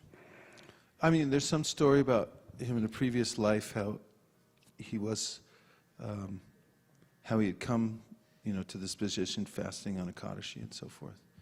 But, in one sense, he's speaking for everybody else as a liberated soul. Liberated souls, like we said earlier, Bhaktivinoda Thakur, when he prays and he says, I'm completely fallen and I have no position in spiritual life. He's exhibiting that, for the benefit of everyone else, what it is what is the nemesis of the soul in the material world and so forth. Yes, Malini? And also, your first point was really well taken. Throughout these prayers, he doesn't claim to be a direct servant of the Lord. Even as he's praying directly to Krishna, he's saying, please let me serve your servants. I'm the servant of your servants. I'm Britya Sevam, he says. I'm the servant of your servant. And not that, I'm your servant, but I'm your servant of your servant. How could I ever leave the servant? So this is the proper mood of prayer for the devotees also. Not that it's just me and Krishna. Because there are some prayers we see throughout the world that you see the person who's praying, and he or she is only writing about, I was there, Krishna was there, that's it. But the Vaishnava prayers, you'll find that they're, like Bhaktivinoda Thakur in one of his prayers says that, I want to be a dog of a Vaishnava. And the Vaishnavas will tie me up on the porch. They'll attach me to the porch of their house. And I'll stay out there and I'll ward off anybody who comes to try to disturb them. And they'll throw their scraps, any remnants that they have, they'll just throw them over the porch, and that's what I'll eat. This is the mood of the devotee, servant of the servant. Malini. Prabhuji, 2 points, Prabhuji. The first one was the point that Prahlad Maharaj was saying, that father and mother cannot protect the child. I was just recently thinking that if somebody gets a small virus and they are suffering some pain through it, and we have an advanced medical system now where there is cure for everything, and you call the doctor and the doctor says, sorry, it's a virus, we can't do anything. You just have to ride it out. You just have to go through the pain. And the parents are seeing the suffering of a child, but they're helpless. We even ask the doctor, is there anything that we can give for the relief? There is nothing. You just have to let it go. So I was just thinking how parents, they cannot protect their own child, even though they want to. They cannot see the suffering, but still they can't do much in that case. So that was one thing. And the second one was tendency for stubbornness that we all have. Last week when we went door to door, we met a person who was, when we said ISKCON, we are from ISKCON, he said, that's nice, that's nice. And then we started talking about Bhagavatam. And no matter how much we explained, he was very stubborn. We were saying this was written 5,000 years ago. Show me where it is said that this was written 5,000 years ago. He was very stubborn. He didn't want to accept it. And then we were saying, okay, you don't take it, but take it for your child. His son is very inquisitive and he wants to learn. Just take it for your son. Then he says, I don't want to force this knowledge upon my son. He was very stubborn. He didn't want to take anything. So I was just thinking that being stubborn like that, we came to this material world like thinking that I don't want you, Krishna, I just want to be here. Krishna says, no, this is not good for you, but still, no, I want to go back to this material world. So it's just... Very nice. Nice points. SKP? Hare Krishna, Prabhuji. That reminds me, we went to a door, Prabhu, in Fremont, that as soon as we knocked the door, he's having a different kind of a yoga system at his home itself. So he's having some students and followers.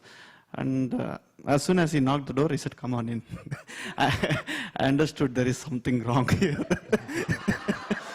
So I was only with few devotees. I asked Vittal, Prabhu and all to come, please get them in. So I know will be a big controversy here. So as soon as he started, Prabhuji, he asked, what is your goal? What is your goal? What is your motive? Teacher, you have to search for a teacher, or you are going and teaching everybody. So and then I said, what is your goal? We asked him and said, my question to you is not that you are again questioning me. So finally we spent more than half an hour, Prabhu. But one point he mentioned that is, I'm taking this Srimad Bhagavatam because of not, you're all very sincere. You are here in my door and you are spending your time. So he took it. Yeah, you took it. So he gave all $250 in a cash, and he said, you are following very sincerely. That makes that feels me also, Prabhu. Like our preaching is, Prabhupada says that our books will take care of them. So just be in the present of the door and you go and sincerely present to them. I like that point, Sri Krishna Purushottam Prabhu, that sincerity shows people notice it. Krishna notices it, as we heard in the early prayers. Prahlad Maharaj says, just be sincere. And when we present to others also, they can notice it as well. Very nice. Yes.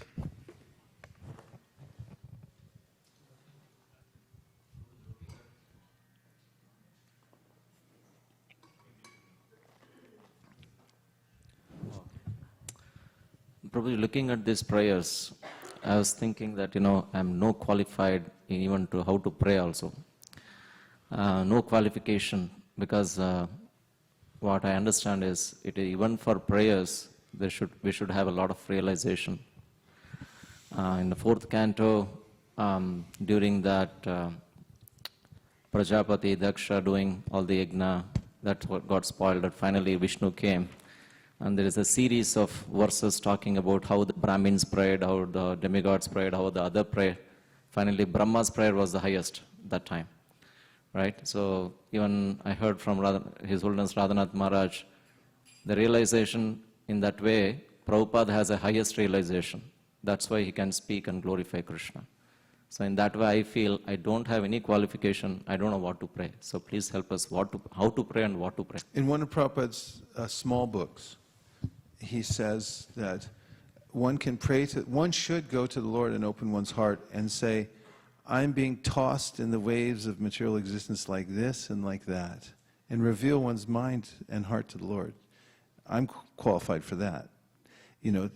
Everyone can feel the toss of the waves of material existence. You know what it feels like. And you also know that Krishna is the Supreme Personality of Godhead, so you can go before him and say, this really hurts, I mean, I'm really suffering here, and this is how I'm suffering, in this way and that way, and I wish I could be a better devotee. That's a sincere prayer, according to the level of your realization. Birds fly in the sky, says Kaviraj Goswami in the Chaitanya Charitamrita, as high as they're able to fly. But the sky's unlimited.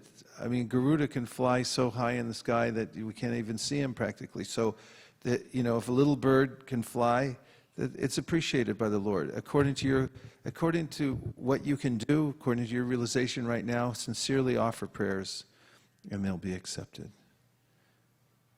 If they're very sophisticated, but you don't have any sincerity, then, what is the use? We're coming back to you. Okay, go ahead, Vishaka Leela, and then Hansapriyam, and then we're coming back to Shamalangi.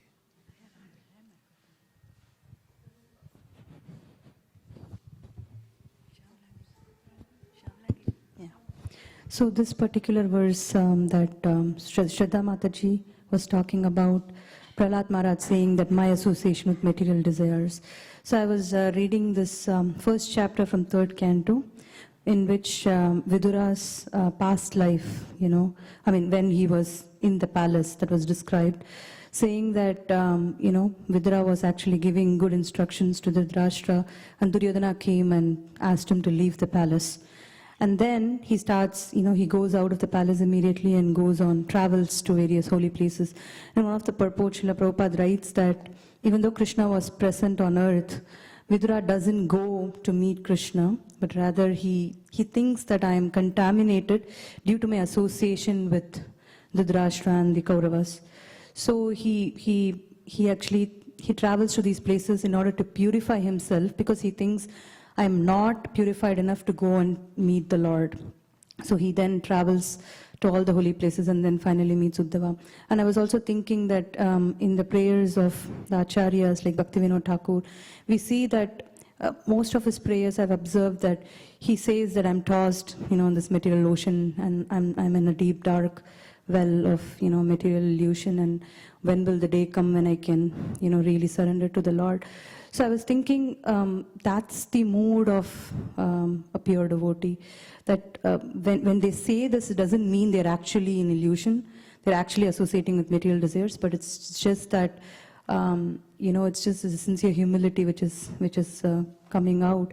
They're also giving us direction as to how, because we are already in that situation of deep, dark, ocean of material existence, and this is how we can pray.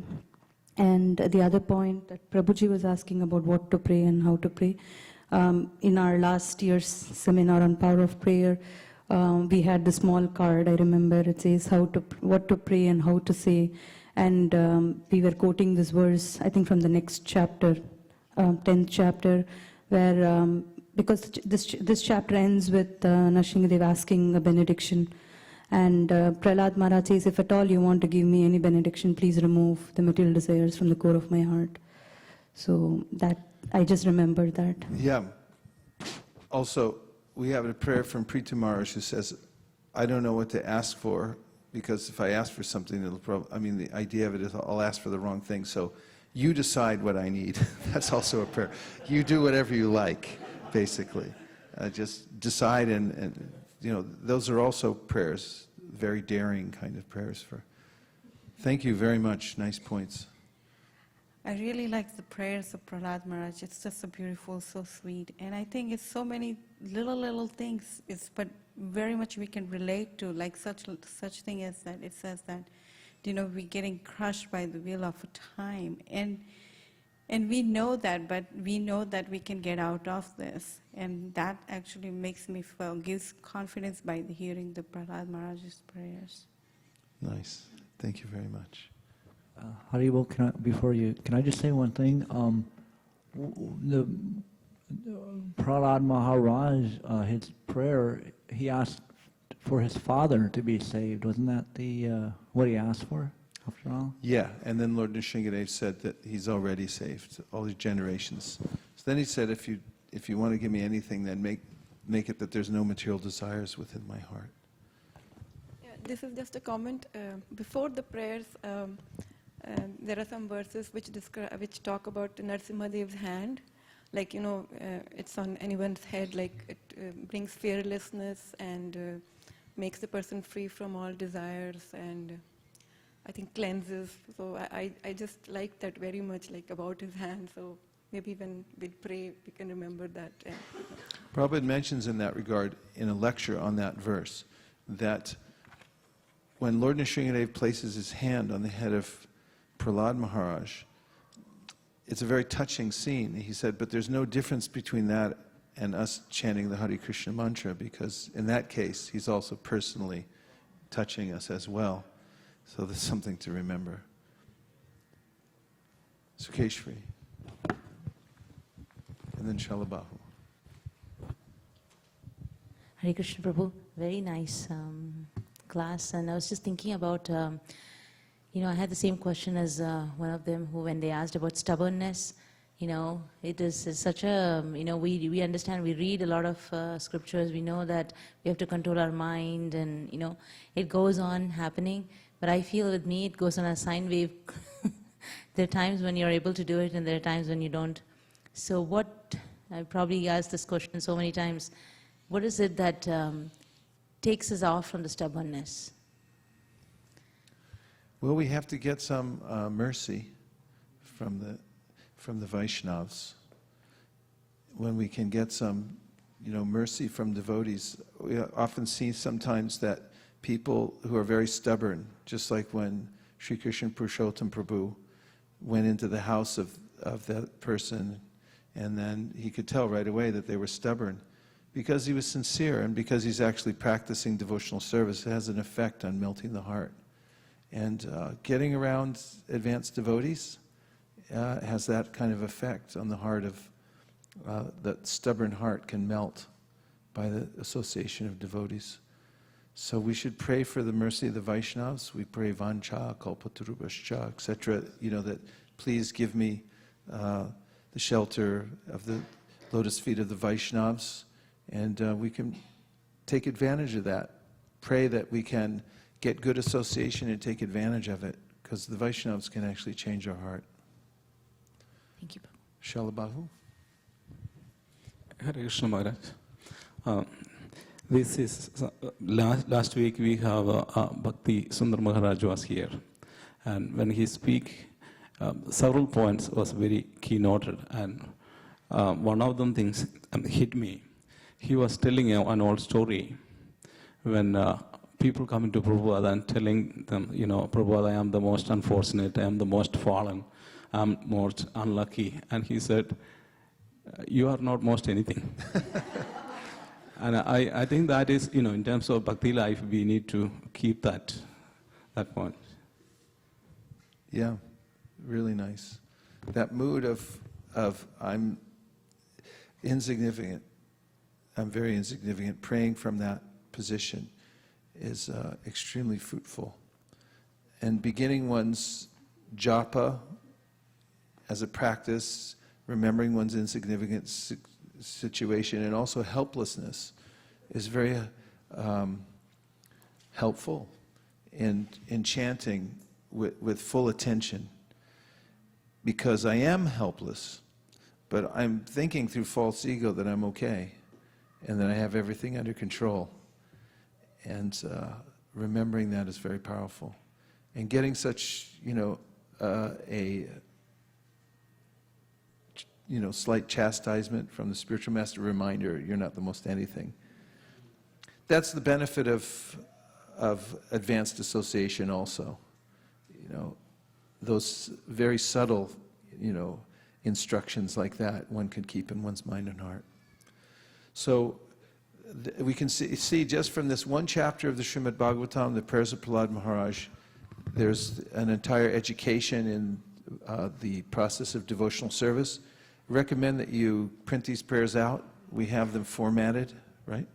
So you can, Shraddha Devidasi will put them out in a link for you, so you can download these prayers and print them if you like, or if you're attached to an electronic device, you can load it onto that. And recite them whenever you can. They're very magical and powerful prayers of Prahlad Maharaj. And we'll continue on Saturday and Sunday with different topics about the power of prayers, and we'll probably have our new banner. We have it now? Just now coming. So that will be revealed even as we're having kirtan. It'll go up. And so now we'll put away all the Shastra deities with great care and attention, and put away all the seats, and then we're going to have the greatest prayer of all, Bhaktivinoda Thakur's Gora Artik prayers. Hare Krishna. Thank you all. Thanks to all the devotees who have